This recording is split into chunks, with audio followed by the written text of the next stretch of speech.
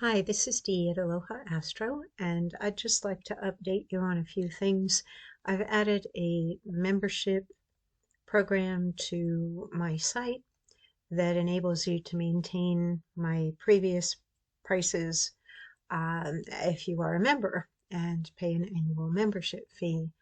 And if you choose not to, then the prices that are listed on the site are what will be in your shopping cart unless you have a code that you receive as a result of signing up for the membership program. And I wanted to update you on what's going on in the sky with the planets. I write a daily forecast, which you can find on my website, and I also post it in video form to YouTube under my channel there, but I've not been active on social media, on Facebook, on Instagram, on Medium, on Reddit, on all the places that I used to post, which were many. It takes a lot of time, and it seems like social media is more of a pay-to-play format nowadays, and very few people were actually able to see me anymore. So it's just not effective for me to be there and spending my time there.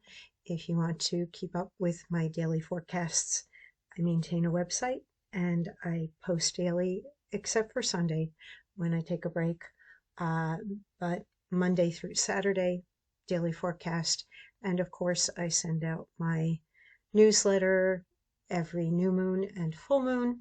This is an exception to my usual letter because there's just so much going on in the sky right now and big changes happening all very close to each other in this year, particularly in this spring and summer, and even more so in this month of May, and it's approaching. So I wanted to let you know of dates when things are happening, and you can either self-study and look at your own chart, or you can schedule with me to see when things are occurring for you within your own chart. Right now, this is what the sky looks like. This wheel indicates the planets and the signs that they are in at the moment. And of course, this is today, or actually it's tomorrow, but it's a frozen moment in time, and the planets continue to move. Some of the planets are poised to make a very big shift in the next few weeks and immediate months. Particularly, we have Saturn making a changeover in just a few days.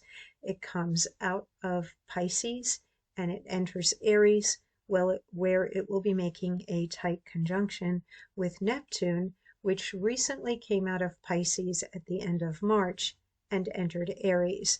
They are conjunct right now, but two different signs. We get the combination of both of them in the sign of Aries in just a few days.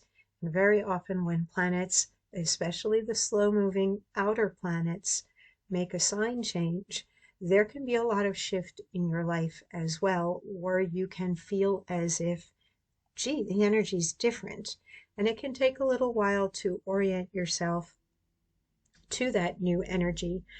Society as a whole, and maybe you individually in your life, are acclimating now to very slow-moving Pluto. Pluto spent its last retrograde in Capricorn at the end of 2024, re-entered Aquarius in November of 2024, and now it's going to be moving forward in Aquarius and not sliding back into Capricorn again through any retrograde motions. It's all moving through Aquarius even during its retrograde time period, as it is doing right now. So it is not going to be spending time back in that conservative earth sign, cardinal earth sign. It's going to be moving full forward in Aquarius once it comes out of its retrograde motion. And it will be in Aquarius for 19 years. So when we have those slower moving outer planets, it takes a little bit of time. It's like breaking in a new pair of shoes. and eventually we become comfortable with that energy. I have the feeling that the tipping point with Pluto is going to be in about 7 years' time, when we reach that midway approximately, or we're very near to the midway point. And the other reason why I feel like the 7 year mark is because Uranus is a planet that sets up 7 year triggers. And we have Uranus closely involved with Pluto right now through aspect patterns, but the two planets are definitely going to have us looking at things 7 years from now in a different perspective. The energy of Pluto in Aquarius is basically power to the people, and it's a fixed air sign that looks toward the future and is inventive and ingenious, as well as relatively inclusive while still respecting freedom and individuality and uniqueness. It is the combination of everybody's unique qualities that creates that larger communal group energy that Aquarius is associated with. But the organization energy of a fixed sign can take some time, and it can take a while for enough people to get on board and take back power. Power is with the people in the coming years. It may still appear as though it's in corporations and it's in government and political leaders, but we're already seeing demonstrations of the power of the people, particularly through things like boycotting, choosing to not spend their money on things that they're not in alignment with, and having a big impact on the economy by doing so.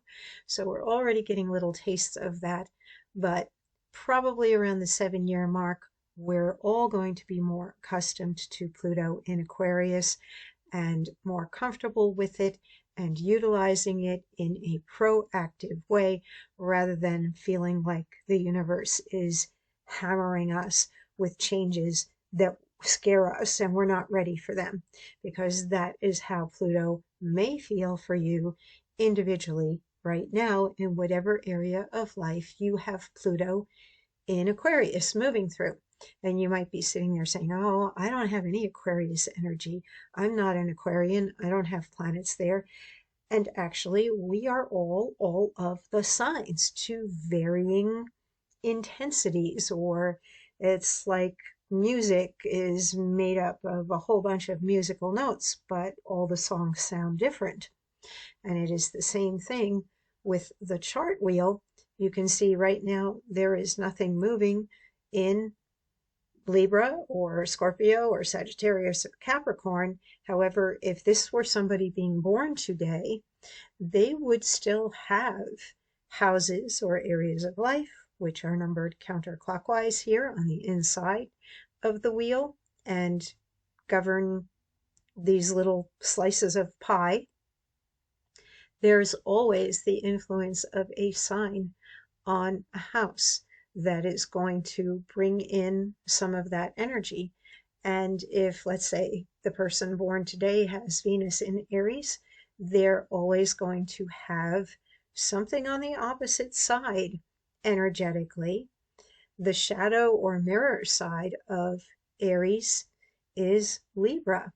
So empty houses within your own natal chart don't mean you will never experience those areas of life, and your perspective of things is going to be influenced not just by the planets that you have in houses, but by the signs that are sitting on the edges of your chart wheel as well. But back to what's going on now. So that's Pluto. And then if we go to the next furthest away planet, Neptune, Neptune is going to be doing some retrograding and sliding back into Pisces before it fully moves into Aries. And that's going to require us to first get a taste of what Neptune in Aries feels like. what it means to us individually, wherever it shows up in our own natal chart, then it's going to slide backwards. And when we have retrograde energy going on, it usually means we have to pay more attention to the planet, or we're being given some time to rethink things, readjust, look at it again, adapt, do whatever we have to do to get ready for it to move forward again, back into that sign. When we go down one more step to Uranus, we've got the energy of change as it affects society as a whole, whereas Neptune is beauty, healing, inspiration, visions, goals, ideals, victim, savior, martyr energy. With Uranus, we have the future, technology. It is the planet that rules the sign of Aquarius, so it's going to be working very hand in hand with Pluto in Aquarius during the time that it's going to be moving through Gemini. And this planet takes approximately 84 years to make a full circle around a chart, and Pluto takes 248.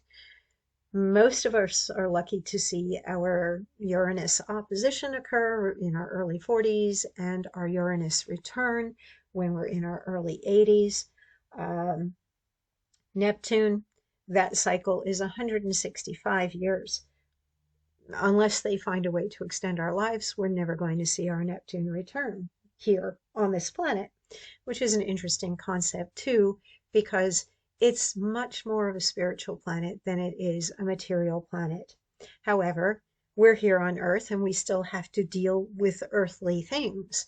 And Neptune often produces this feeling of yearning or desire for some sort of heavenly perfection that that planet represents. It's where we aim or strive to be our more divine and divinely inspired self, where we acknowledge that spirituality, that essence in us and in others, because it is a planet of empathy and sympathy and rescuing and healing.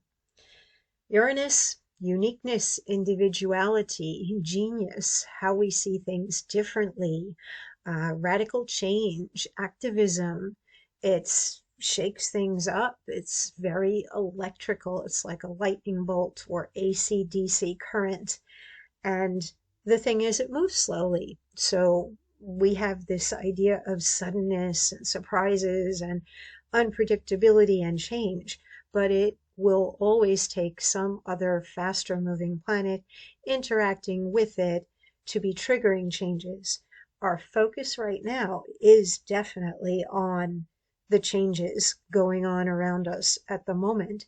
And you'll notice that this minor grand trine is tagging planets that are or have recently made shifts, and they are outer or more slow moving serious planets. It's tagging Pluto and it's tagging Saturn and Neptune in this blue triangle. So the combined energy of these planets is supportive to each other with the trine and the two sextiles. And the faster moving planets of the Sun and Mercury with Uranus are why I'm here recording this right now, because I'm really feeling like now's the time. Everybody should be aware of what's coming up, what's presently here, and what else is coming. Because planet of communication, and the Sun is always like walking into a room and turning on the light switch saying, oh look, this is what we should be looking at right now. We should be looking at the changes, the empowerment and transformation, the hard work of Saturn, the discipline and determination of Saturn, and the beauty, healing, and inspiration of Neptune. Society as a whole, while Uranus was moving through Taurus, that ushered in cryptocurrency primarily. And then as it moves into Gemini this July, we're already getting little tastes of what that's bringing with AI It is now not just some strange thing people mention occasionally. Now we're flooded with it. It's everywhere. And we are going to figure out what is AI going to do for us in terms of our daily life, our daily jobs, education, communication. It's moving into Gemini, which is a sign of communication, transportation, formative ideas, and imagination and knowledge that we share with other people communally or in a brotherly, sisterly way. Ideally, it may free up our creativity and time and enable us to get back to more social connections that are organic, but we'll just have to see. Of course, with every planet, it has its light side and its shadow side. The best that we can hope for with Saturn and Neptune joining each other in Aries is unification and the understanding that to forge new paths in a unified way and to move forward, we may have to all make individual sacrifices of some kind. If we are passive and don't show up and do something with these planets, then the combination of that energy would be, poor me, come rescue me, and or not taking responsibility for something and losing yourself to some controlling authority of some kind. These are two strange planets to have together because one is very material and realistic, Saturn, and very mortal is a planet of endurance, responsibility, commitment, hard work, sometimes a planet of elimination to eliminate the distractions and the things that are not important so you can focus on the things that are foundational that need to be done. And Neptune being a planet of inspiration as well as illusion and deception. And the bigger picture, they're both now going to be moving through a cardinal fire sign that says, I am, and is a way shower and forges a path, clears a path forward, is bold and not afraid to move ahead, ruled by the planet Mars. We may see more war. We may see society as a whole saying, fuck war. I don't want to do this anymore. We don't have a need for that anymore. Let's let the computers fight it out or let AI figure out what to do. I mean, maybe that might be a little far-fetched right now, but it is possible that we are going to finally get tired of people fighting and take the power away, financially particularly, from the corporations that and the governments that like war because it's good for business and it makes money. These are big and important times. The last time we had multiple of the outer or slower moving planets all making a sign shift within a few months of each other, according to Google, was the beginning of the Age of Enlightenment, way, way back when. Is this a new Age of Enlightenment? Possibly. Will we have to fall apart and go into some darkness before that? Maybe. Will things have to get more challenging, more uncomfortable because we need to feel the pressure before we will actually do something? This square aspect between Pluto in Aquarius and Chiron in Aries indicates right now, maybe some people are hurting, but if the hurt hasn't gotten you yet, it possibly will.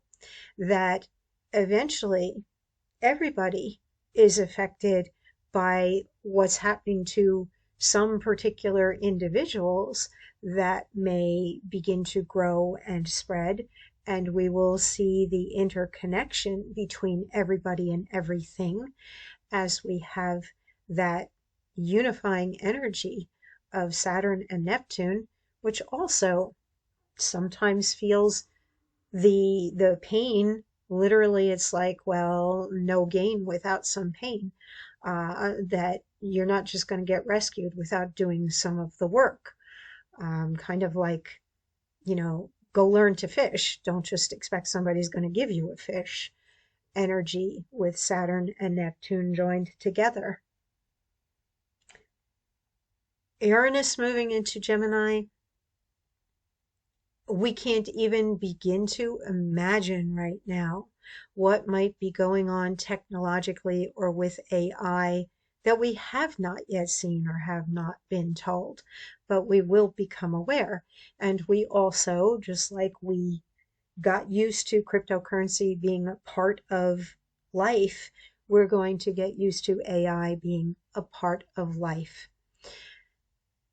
Then we've got, I do wonder too, with that shift over from Taurus to Gemini, if we're going to see some changes with the way we handle schooling of children, and if it's going to come out of a concern for the elevated risk and danger of them going off into public places, and if we're going to look at more of a hybrid learning structure, or if we're going to find ways to make learning safer, so that we can know that our children are going to be safe in a public building. That is possible. As Jupiter moves into Cancer, which is going to occur in June, the focus on home and family and needs will become stronger. And we're going to move out of a mutable air sign, which is dualistic in nature and has been vacillating back and forth a bit between choices or options, or giving you lots of great ideas, but maybe not as much follow through, or waiting for the right time or whatever. When Jupiter moves into Cancer, it is a cardinal water sign, and we're going to find that maybe we have to make a choice. Maybe we have to do something.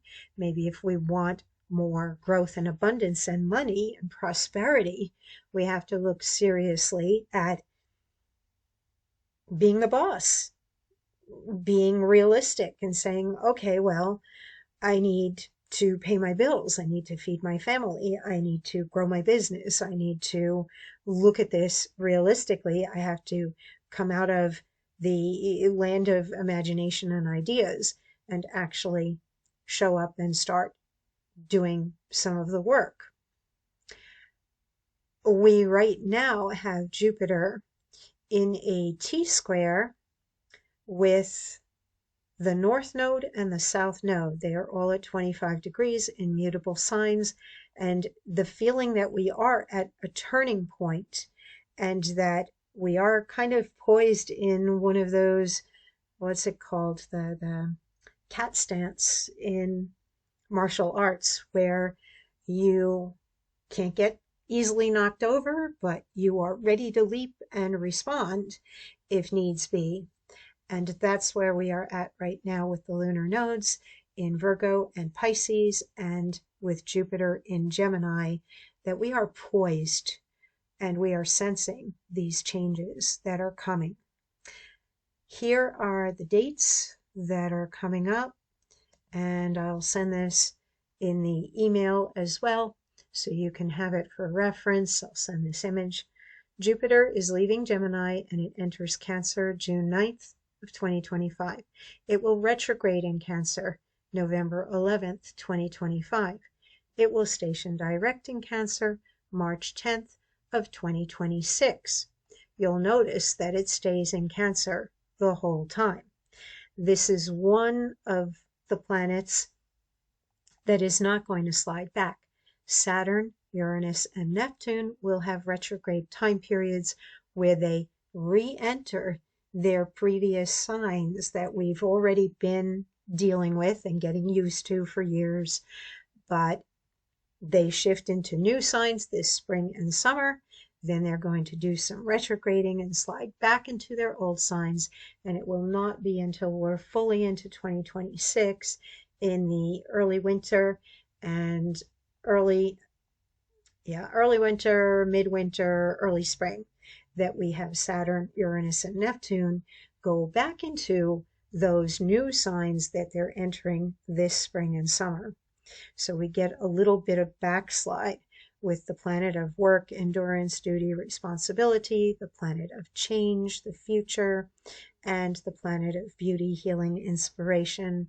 Those are going to give us some old energy again before they go back to the new energy. I look at 2025 as a bridge year where a massive bunch of energy is moving in now, and a lot of stuff is just going to be almost like being caught up in a tornado with stuff moving all around, and you're trying to figure out what you're going to grab onto and hold onto, what you want to let go of. And then things are going to slow down a little bit.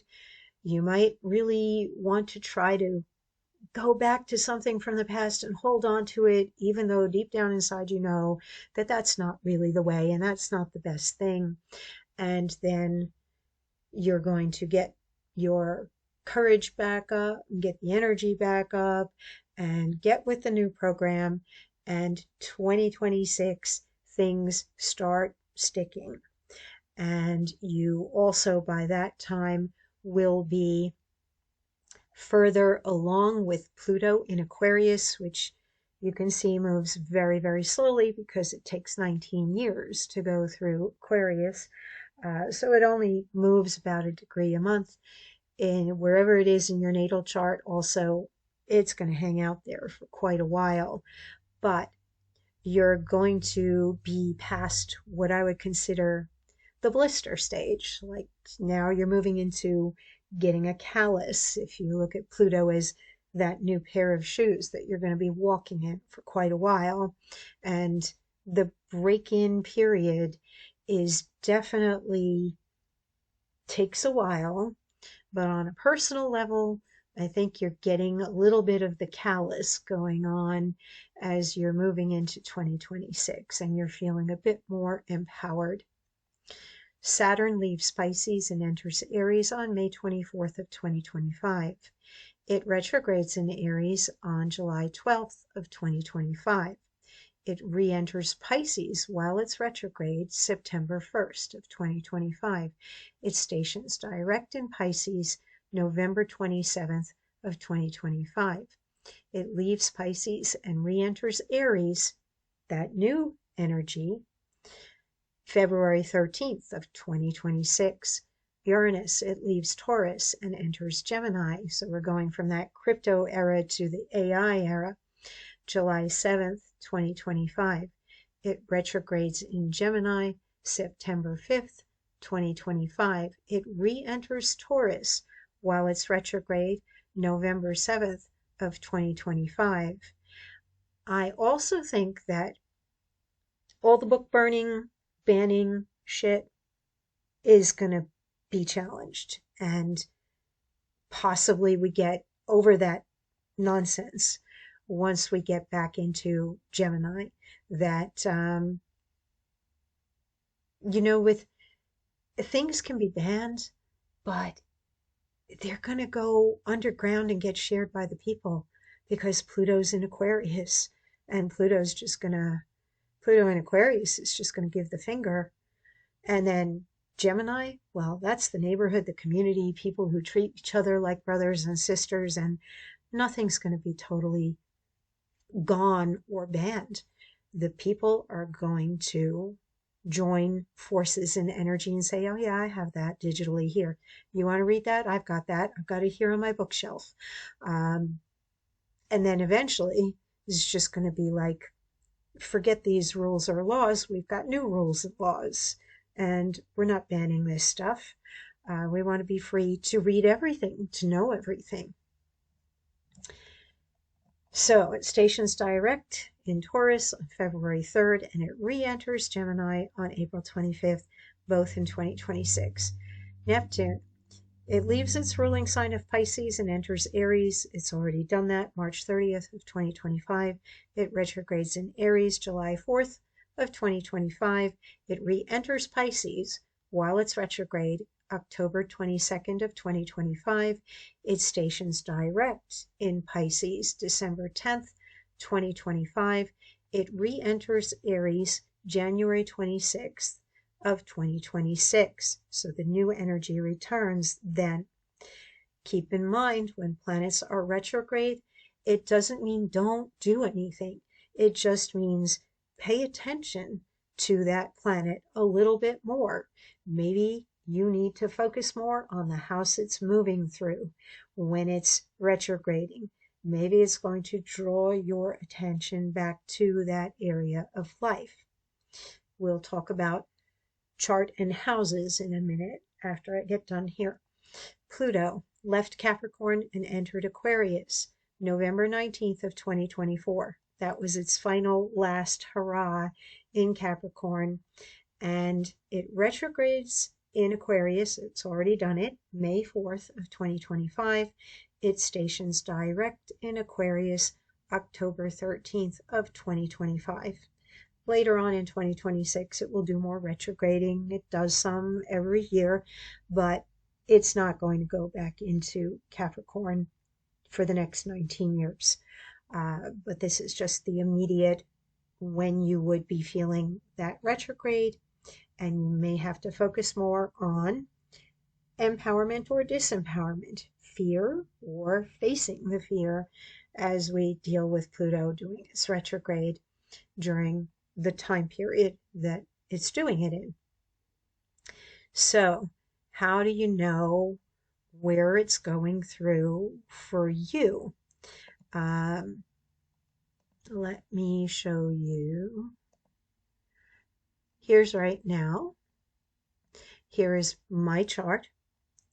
These planets that are on the inner wheel here of the chart of the day are showing up on my astro.com chart, and you can go to astro.com, enter your birth data there, create your own free chart. You can put in, I think you can store up to 100 people for free, and they have subscriptions for more storage, but you can store 100 people for free, so your friends and family, whatever, by setting up charts there.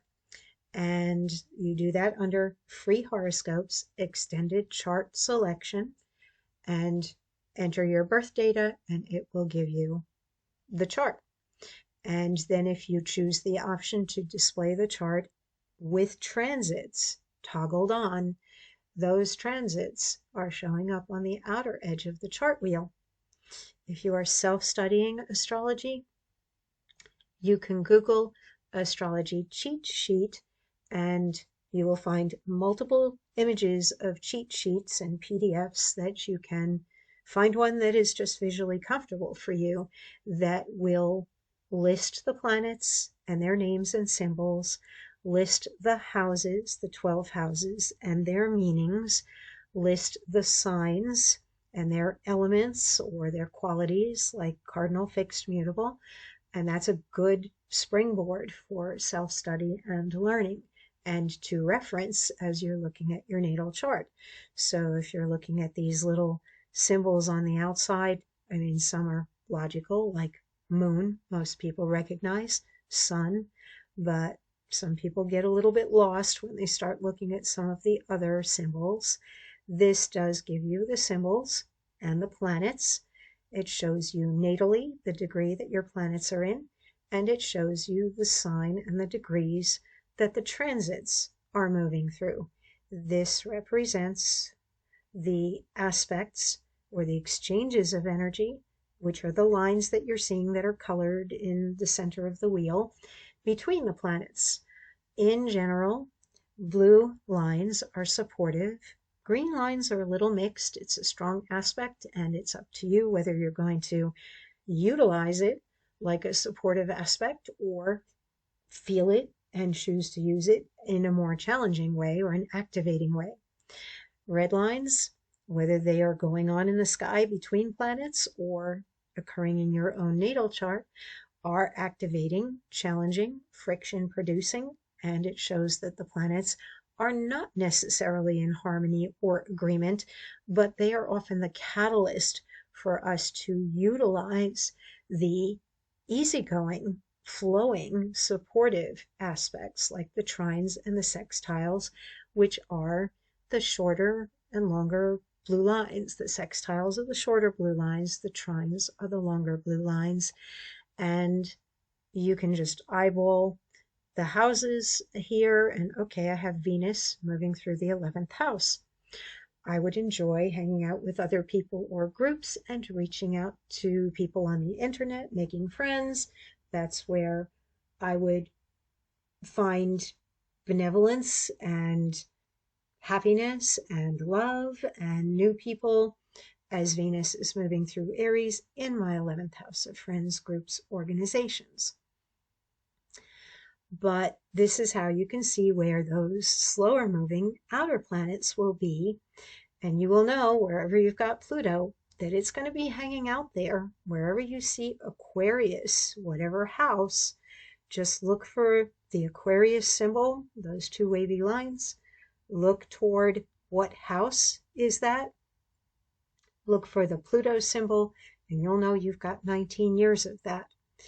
Neptune is going to give you about 14 years as it moves through the sign of Aries. So look for where you have Aries, look at the number of the house, and that's where you're going to feel Neptune for quite a long time. Uranus, you're going to have about 7 years, I believe, that you're going to feel that moving through the sign of Gemini. Look at where you've got Gemini energy and look at the house that it's moving through. And that's where you're going to have quite a long stretch of that energy of change and genius or the restlessness. You will slowly become somebody different in whatever house that sign, that planet Uranus is moving through. Wherever you find that Gemini energy will wake up, but it's going to do it slowly. And you will have moments where suddenly something occurs, but it would be triggered by something faster moving, either joining it, like Mercury and the Sun are doing now, or making a strong aspect to it. So because Uranus is moving through Gemini, look for support from other transits through air, like Aquarius and Libra transits.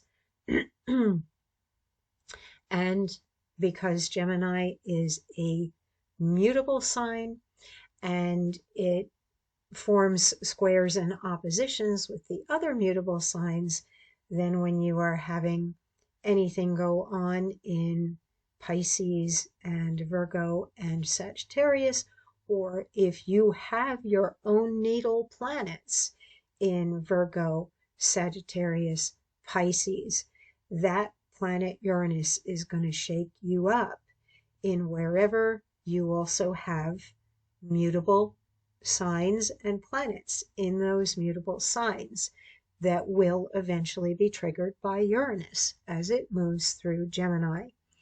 And it will trigger it through activating squares and oppositions.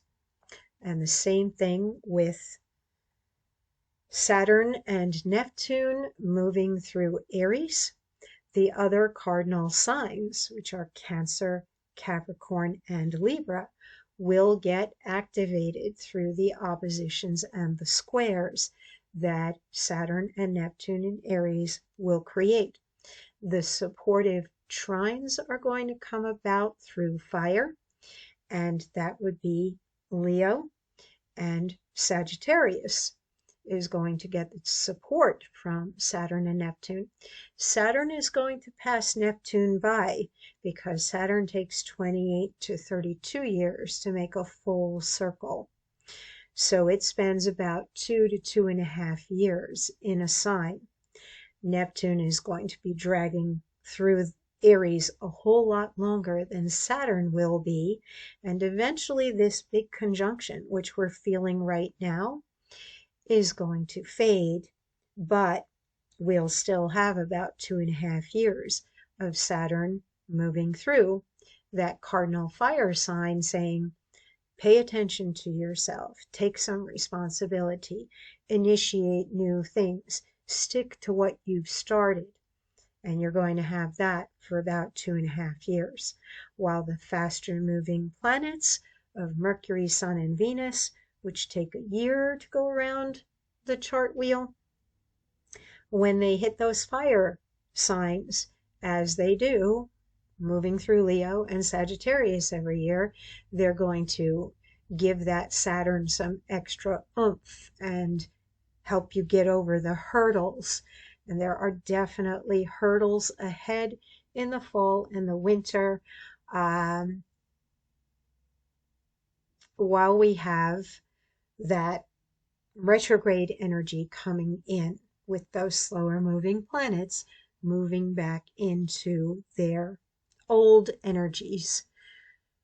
The other thing that you can utilize, and if you do sign up for membership at my site because you are a regular and like to have regular readings and want to keep your old prices that you're comfortable with, then membership is definitely to your advantage.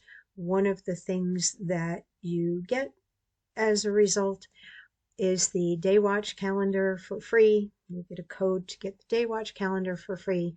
And the Day Watch calendar will give you where the new moons and the full moons are recurring and what the sky looks like at the time. It also outlines for you the transits in the sky between the planets, the transits between the planets in the sky and your natal planets. So we always have these two different things going on. We have energy occurring between the planets in the sky affecting society as a whole, but those transiting planets are also interacting with your moment of birth, your unique energy signature and map of what's going on for you. What did you come in with? And that's what the transits to the natal chart are indicating here in blue. When you look at this, you can see wherever there's a lot of energy in the sky and activity going on in your chart is probably going to be more active for you in general. So you can kind of eyeball, oh, okay, these days here, there's a lot going on in the sky and a lot going on in my chart. But, oh, look, here, there's nothing going on in the sky, just a little bit going on in my chart. And you will be able to take a brief glance at what's happening. And you have an ephemeris here that shows you when a planet is retrograding in red. So you can see the actual degrees that a planet is moving through. You can see that the moon changes signs every 2.5 days. And the further out we go with those outer planets, the slower they get. Then you get the calendar page, and it tells you the events of the month that are major when a planet is changing signs or going retrograde. It tells you void of course time periods, which are basically kind of quiet times where the moon has finished its last aspect in a sign, and before it makes a new aspect in a new sign as it's changing signs, there can be these void periods that are quiet. Don't worry about them too much unless you are doing something significant like incorporating a business or planning your wedding date. Then you would want to avoid the void of course time periods. It color codes the days for you and tells you when the days are neutral, which is black, when there's high energy, which sometimes can be stressful, red, and days that are more flowing, which is green, and that's for society as a whole. The aspects to the natal chart are here in blue. The aspects going on in the sky between planets are in black. The sign that the moon is in the top right corner. And when it changes signs, it tells you when it's changing signs based on your time zone. So when I generate that chart, the calendar and the accompanying report, it is for the time zone that you are in, not where you are born, unless they're both the same thing. And then all those aspects on every little square on the calendar are interpreted for you, and the exact times of the aspect when they occur is given. So if they're blue, it's the transit to your natal chart. If they're in black, it is the transit in the sky that's affecting society as a whole, but can still have an effect on you. The length of time that you feel it is indicated by the color-coded bars that correspond to the planets. Lunar transits only last for a few hours. Again, the further out we go, the longer something will be felt. So Venus and Mercury can be felt for days, and we get into the longer weeks and months, particularly here is Pluto retrograde on Mars 4th, and that's going to be going on for quite a long time because that bar is extended. So this gives you an idea of how to plan your future. When planets enter houses for you, it is also indicated here the moon is entering my 5th house that day. And it's telling me, well, what does that mean? So you would get indicators of what's going on up there in the sky. And it's a great way to learn astrology, self-study. Also, if you print out your calendar and you go put like a star system on it, this was a really shitty day, 1 star. Well, this was a great day, 4 stars. And you do that for several months, you will begin to see the patterns that help you identify your best moon signs and your worst moon signs. And everybody has them based on their own natal chart. I have a rougher time when the moon is moving through Leo and Virgo every month, and I lay low deliberately when the moon is in Leo and Virgo. And when we look at my natal chart, well, that is the bottom of my chart. And the 3rd house is a communication house and travel, local neighborhood house. And the 4th house is home, family, psychological foundations. I find that the planet Uranus, because it's so unpredictable, when the moon hits it for me, things don't always go as planned, or people don't understand what I'm trying to communicate and they misinterpret my intentions. So I lay low and don't get too excited over things. I realize that if I'm agitated or excited, it's my own Uranus getting activated by the moon, and this too will pass and I'll feel different in a few days. And when the moon's in the 4th house of home, 9 times out of 10, if I make plans out there in the world, because this is the bottom of my chart, very often those plans change, appointments get canceled, and I just now avoid doing things when the moon's in Leo and Virgo. Those are not my best moon sign transits, and I'm sure that for you, you will find times that are really good for you. I try to plan things for myself when the moon's in the same sign as my Sun and my Mercury, up there near the top of my chart, and when the moon's in Gemini, moving into my 1st house, because I always feel an upswing then.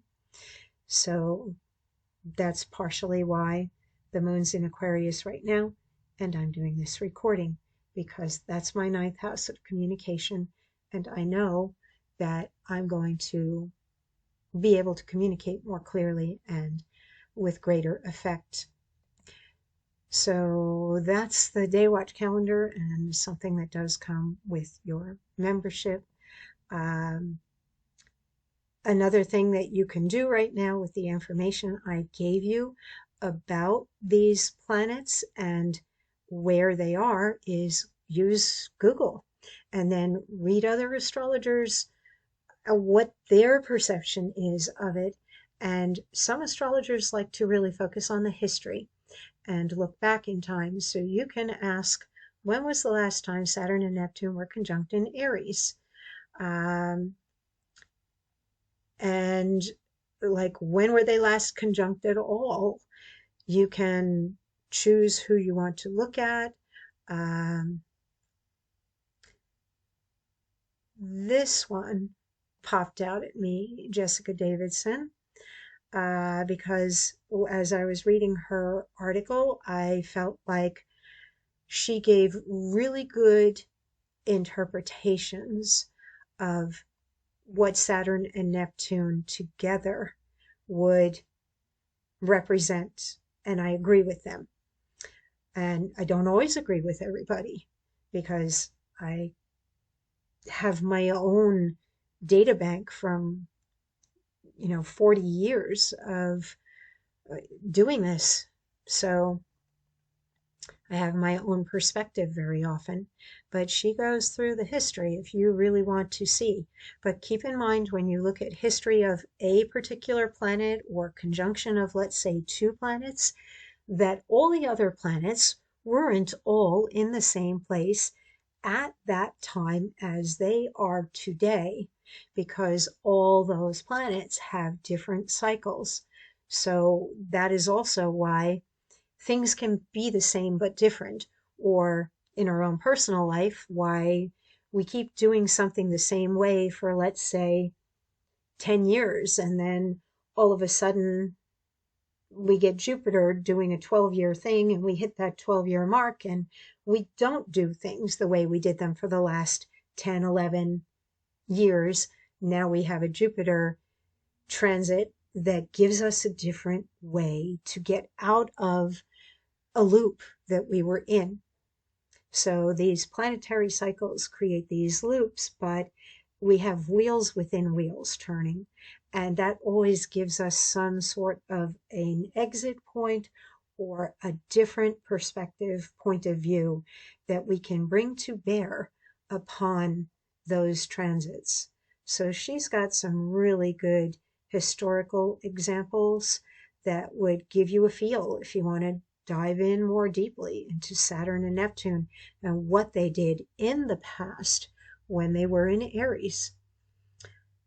So, and here's her summary of what this can mean. Weak or young or inexperienced leaders. I also think we should consider leaders who want ultimate power, who are arrogant or selfish and are showing the shadow side of Aries, religious war and religious persecution. Why? Because of Neptune and spirituality. And Aries is ruled by Mars. It's martial. It is about war. Criticism of religious ideas, betrayal, backstabbing, revenge, and mutiny. Definitely the people can get together and rise up against oppression. Contentious social reforms and fighting for citizens' rights. Keep in mind, we have Pluto in Aquarius right now and Uranus entering Gemini, and the people aren't going to put up with it. They're definitely not. Fighting for independence and sovereignty. Active religious movements helping the oppressed. New religious institutions and ideas. Right now we see a lot of Christian fundamentalism. I don't even know if I said that correctly. Having an effect in the government and particularly in the Republican Party within the United States. And that's not going to last forever. That won't be tolerated for long. But it still may have its expression. And that is something we're just going to have to deal with. It is a representation of Saturn and Neptune conjunct in Aries, saying, you're going to believe what I'm going to believe because I don't think you should read those books. Stop reading those books. I also was looking at right now, Uranus and the Sun just joined Algol, which it's a fixed star, and there can be turns in fortune that are, well, kind of like off with the head energy or dangerous stuff. I think I just read that a ship crashed into the Brooklyn Bridge. I've been trying not to read the news because it gets me so agitated, so off track in my own life that I've had to take a social media and news break. But that conjunction of the Sun and Uranus with Algol, maybe there is more current negativity or disaster coming up in the world at the moment. And it could also produce the feeling among people in general, like, no, just off with their head type of energy. This is a great article at astro.com about Uranus in Gemini, and it does also mention dates when it's been in Gemini and what that might mean. And this astrologer wrote this article about it. So Lynn Bell. And it can give you an idea of what's going on with Uranus in Gemini. When I think of the shadow side of Uranus in Gemini, Gemini is childlike, imaginative, and trickster energy, Loki. We may find that there's a lot of breaking of rules, or everything with AI in particular is going to be just catch as catch can and see what you can get away with, and a lot of trickery. Be very careful with everything you see online, whether it's a video, an advertisement, what somebody writes, even some of the things that AI answers are giving when you do a search isn't necessarily true right now. People are training AI, and it is a growing thing. It's not necessarily accurate or correct, and we don't have enough rules in place, and we don't know exactly what it can do for good or for ill at this moment. It is definitely, with that lightning thunderbolt of illumination, showing me how absolutely gullible and stupid some people want to be. When I look on social media and somebody posts a video that's clearly 100% AI generated, or a picture, and everybody like, oh, I want this, or oh, isn't that beautiful? And then they want to argue over that it is when it's not. So people want to believe what they want to believe, and I think that is also going to be a problem, because Pluto in Aquarius is not going to have tolerance for the willfully ignorant who won't acknowledge what is true or real. So we have some interesting energy going on with Pluto in Aquarius and Uranus in Gemini, because Uranus rules Aquarius, and we're going to have to figure out how we define what is true. And yeah, interesting times. Everything is shaking up big time in particularly March, April, May, June, July, spring, summer. And then it's going to quiet down a little bit as we go into the fall and winter.